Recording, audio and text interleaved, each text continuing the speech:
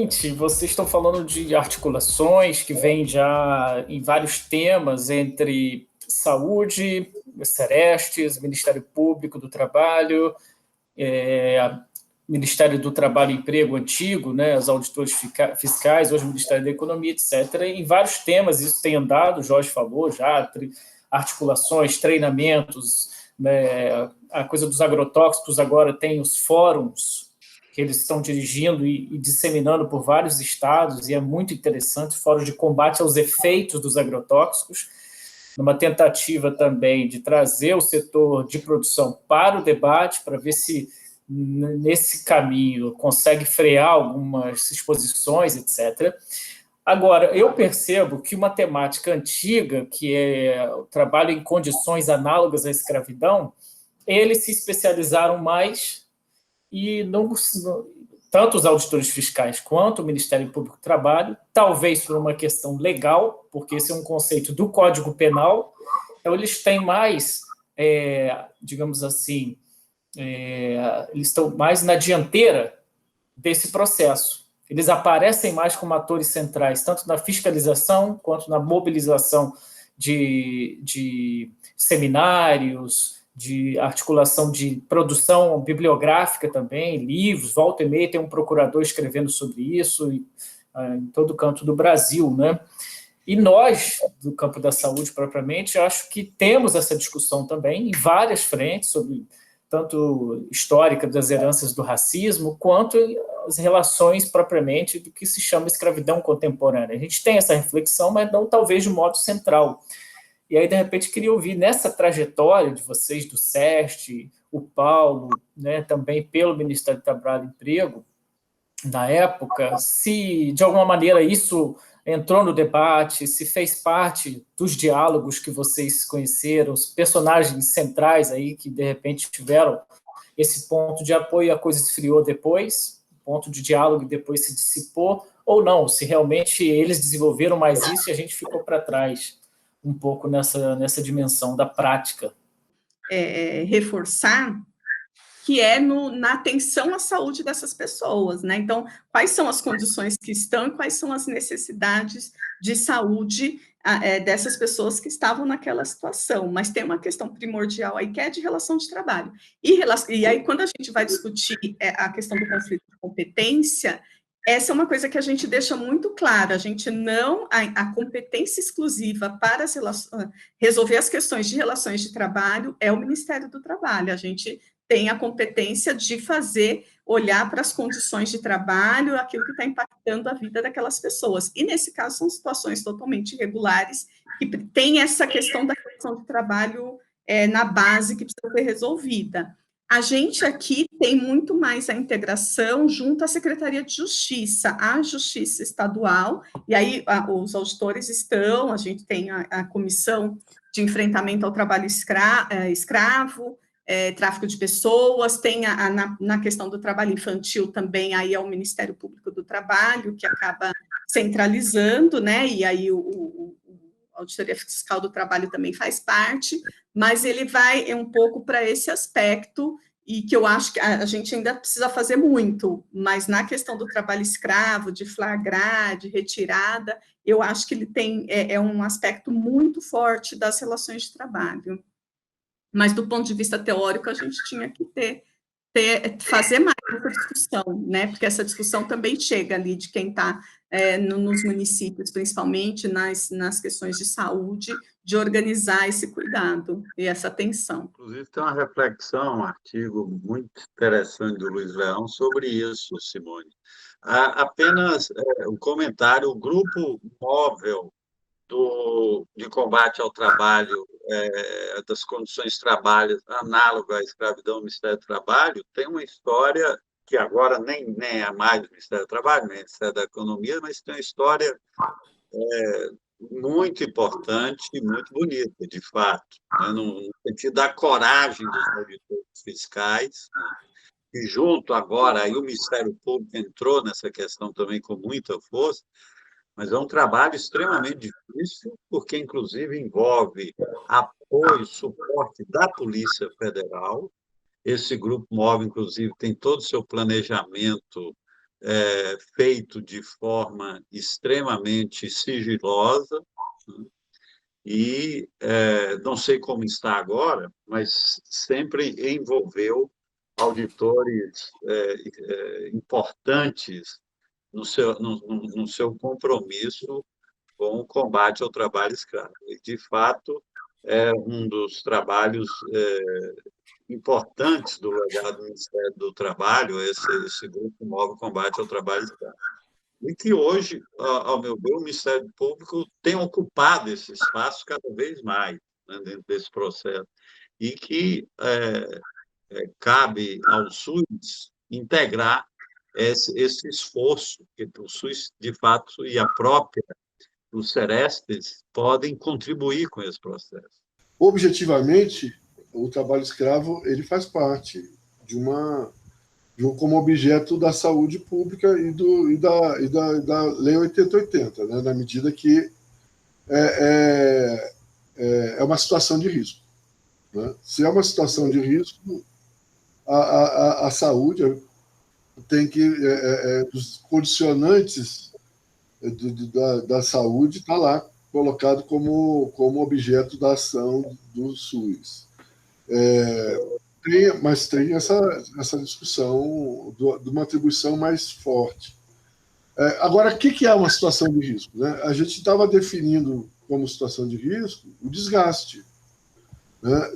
na questão da canavieira. Não é? Aquele desgaste excessivo fisiológico, né? Essa é uma questão. Mas, de qualquer forma, essa discussão da proteção desse grupo, do pós, identificado ele, tanto o grupo individualmente, o grupo pessoas, mas também aonde que ele estava para fazer uma ação sistêmica, não só do grupo móvel, mas também de uma ação mais capilar, porque a gente viu lá em Mato Grosso, Luiz, você viu lá aonde que estava lá os 2.000 trabalhadores escravos na usina a 1.500 quilômetros de Cuiabá. Quer dizer, lá para cima da Amazônia, lá na fronteira da Amazônia. Então, não dá para... Isso tinha ido uma vez em 10 anos. Né? E aí pegou lá... Como é que ficou depois? Então, isso claro que é uma prioridade, né? A gente colocou isso lá no Estado, para o Sereste estadual, né, com todas as letras. Né? E essa era uma ação que é uma ação de vigilância aqui sobre a ação do Grupo Móvel. Né? Se você pega a história da libertação dos escravos,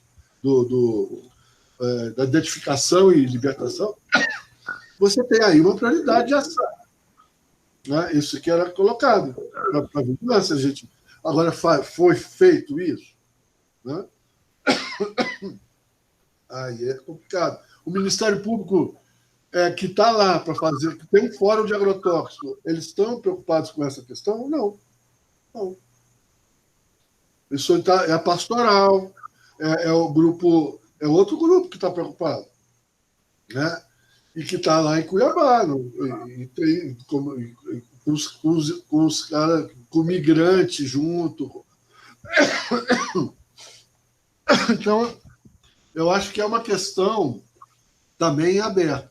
Mais uma vez, uma questão totalmente intersetorial. Que não queremos ser o auditor da relação de trabalho. É isso que a gente está falando o tempo todo. Uhum. Não é?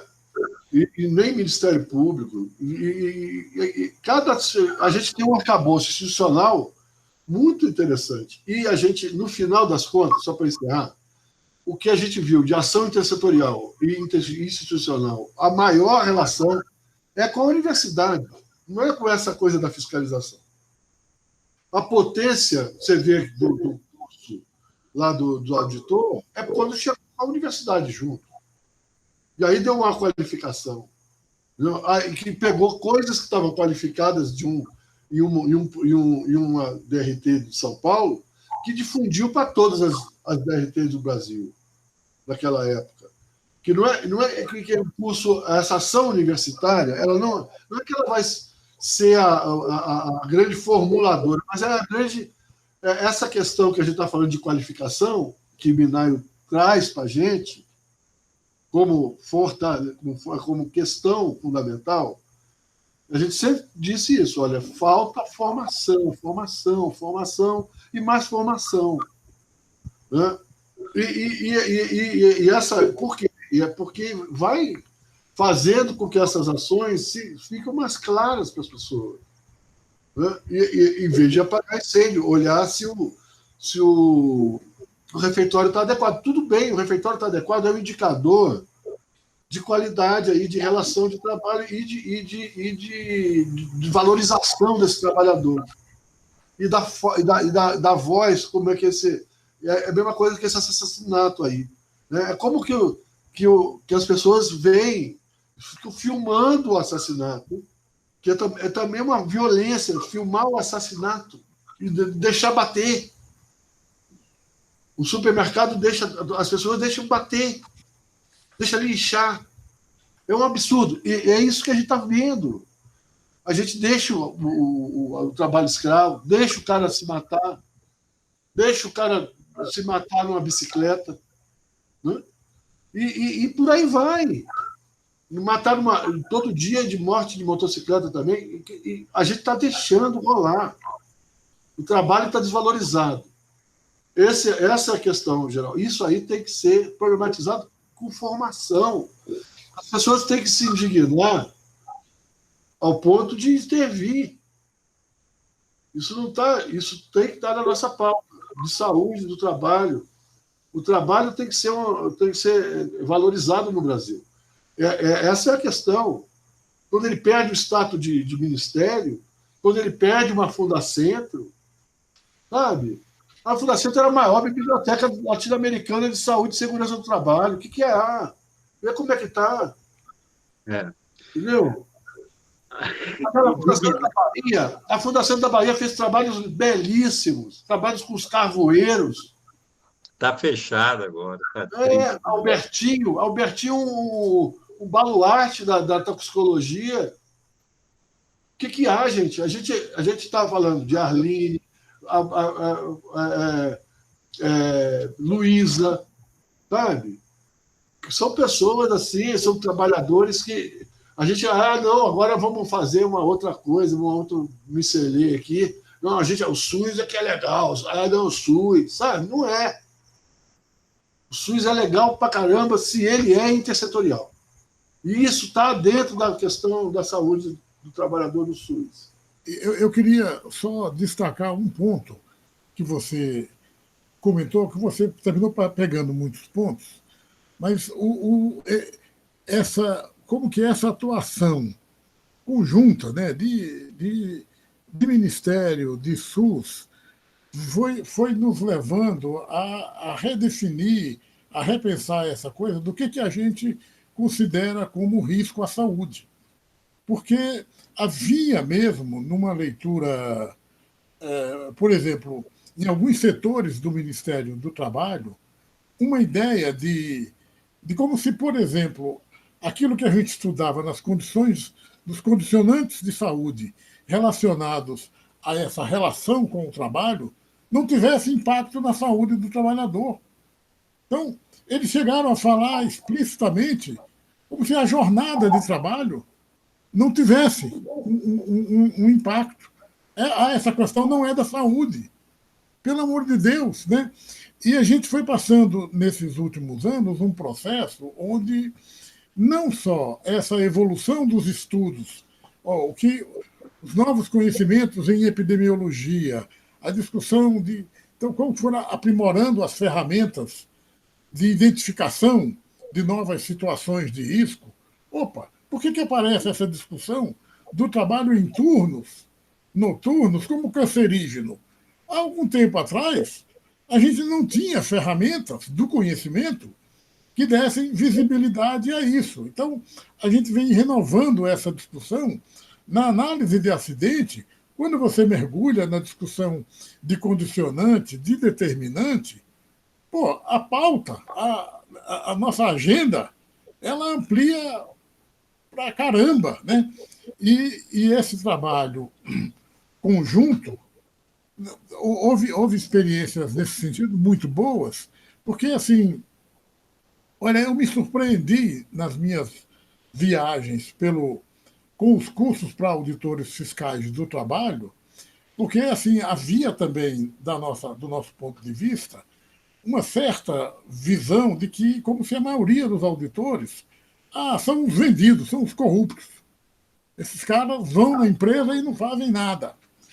E eu fui tendo contato com muita gente muito séria, que fazia um trabalho muito legal, assim, de estar estudando. Pô, eu cheguei a encontrar situações do tipo assim, o auditor fiscal foi mandado fazer uma análise e o trabalhador tinha sido encontrado morto sozinho. Aí a empresa não tem dúvida. Opa, é facílimo reconhecer, é morte acidental. Né? Se você, para aceitar essa morte como acidental, eles não cobram conhecimento, comprovação nenhuma. Se fosse para dizer que era do trabalho, meu amigo, haja peneira, haja suor para você comprovar. Era num porão de um navio, e aí quando chegava o resultado da avaliação pós-morte, era esmagamento de órgãos internos do tórax. Eu lembro que uma vez um amigo fez uma brincadeira. O esmagamento de órgãos internos do tórax, ele fez um trocadilho com a coisa da morte natural. Né? O pessoal dizia que era morte de causas naturais. Aí ele fez um trocadilho. Com esmagamento de órgãos internos do corpo, do tórax, é natural que se morra, mas não é morte natural. E mesma coisa com situação de... se estava sozinho e morreu, era um horror. E você encontrar a decisão de auditores, do supervisor, que dizia, volta lá, essa análise não aceito. Né? Então, encontrava a situação de declaração de óbito falsa, anexada em processo por empresa. Então, belos trabalhos que foram...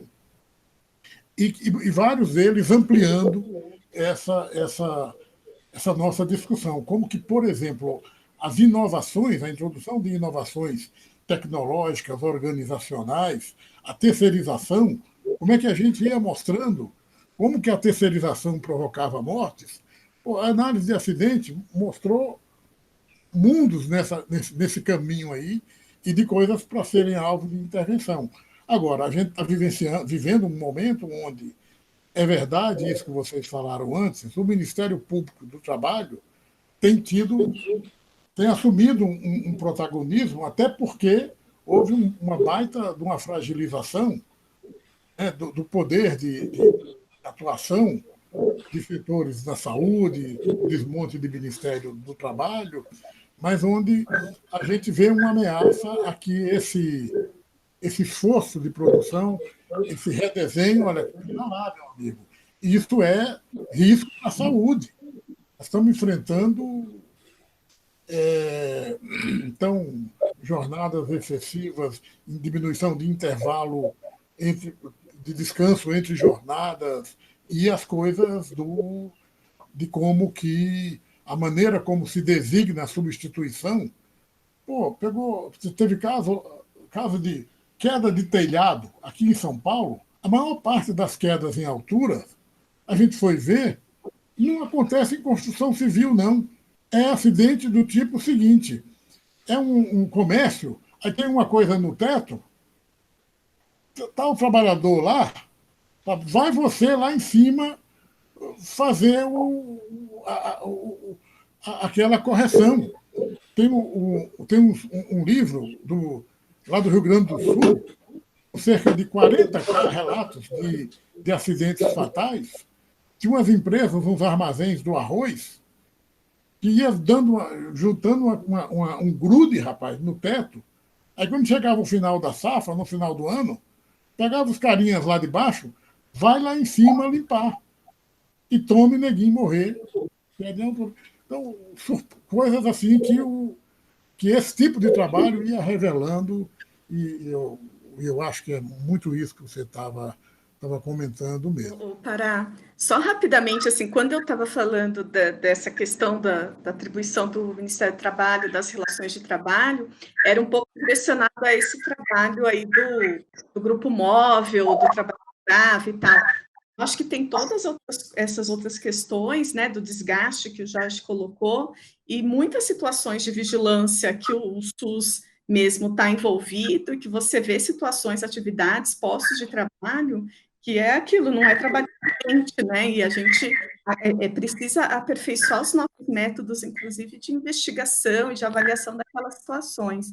A gente começou a se articular aqui na secretaria com um grupo que discute as questões das violências em todos os ciclos de vida, e aí começamos a discutir a questão de trabalho, colocar ali. E aí o trabalho ele vai entrar tanto em quem está lá na violência contra a criança, mulher e outros, a gente meio vai passando de modo intersetorial também nesses ciclos de vida.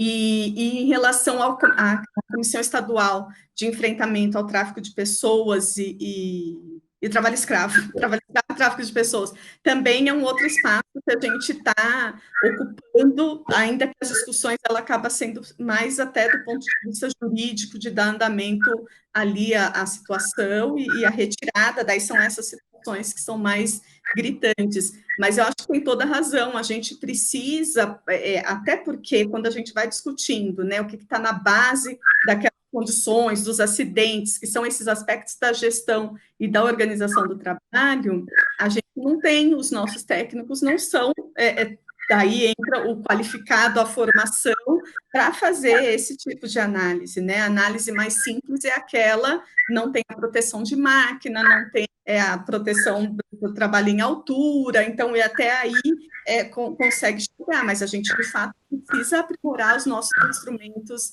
de avaliação, de diagnóstico, de intervenção, para poder atuar.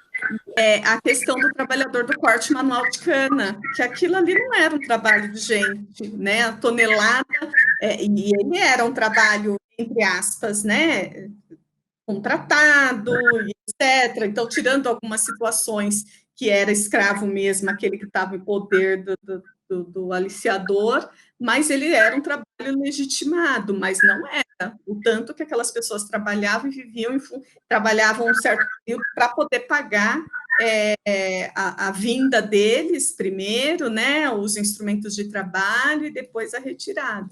E são problemas que também cabem ao SUS discutir, porque é um problema de saúde também que vai chegar ali para atenção, para as equipes de atenção. Foi num evento que você me levou que eu vi um belíssimo trabalho de um pessoal aqui do SUS de São Paulo, era nas plantações de laranja, que quando passava o linhão de alta tensão por cima da plantação de laranja, e nos dias de maior umidade, quando o colhedor ia levando a escada, e eles usavam escada metálica porque era mais leve, né? E fechava o arco, o leão, fechava o arco e matava o trabalhador ali embaixo, sabe? E assim houve um belíssimo trabalho do SUS nesse tipo de acidente. Pô, foi você que me apresentou ele. Foi na região de Barretos. A coisa do acidente do Ministério Público, o acidente menor, né, que tem todo um grupo estaduais, é um trabalho também muito legal, sistemático também, acidentes de menor de 18 anos, que a gente está passando sistematicamente, né, informação para o Ministério Público, e tem algumas ações importantes esse acompanhamento. E eu tenho a impressão que tem alguma eficiência aí, alguma eficácia de ação, inclusive. Parece que tem uma redução contínua. Tem tido, não sei se é artificial ou não, mas ele tem uma... Tem uma subnotificação, mas tem. A gente repassa os dados, a informação para o MPT de acidente que resultou em incapacidade permanente, óbito e acidente com menor de 14 anos.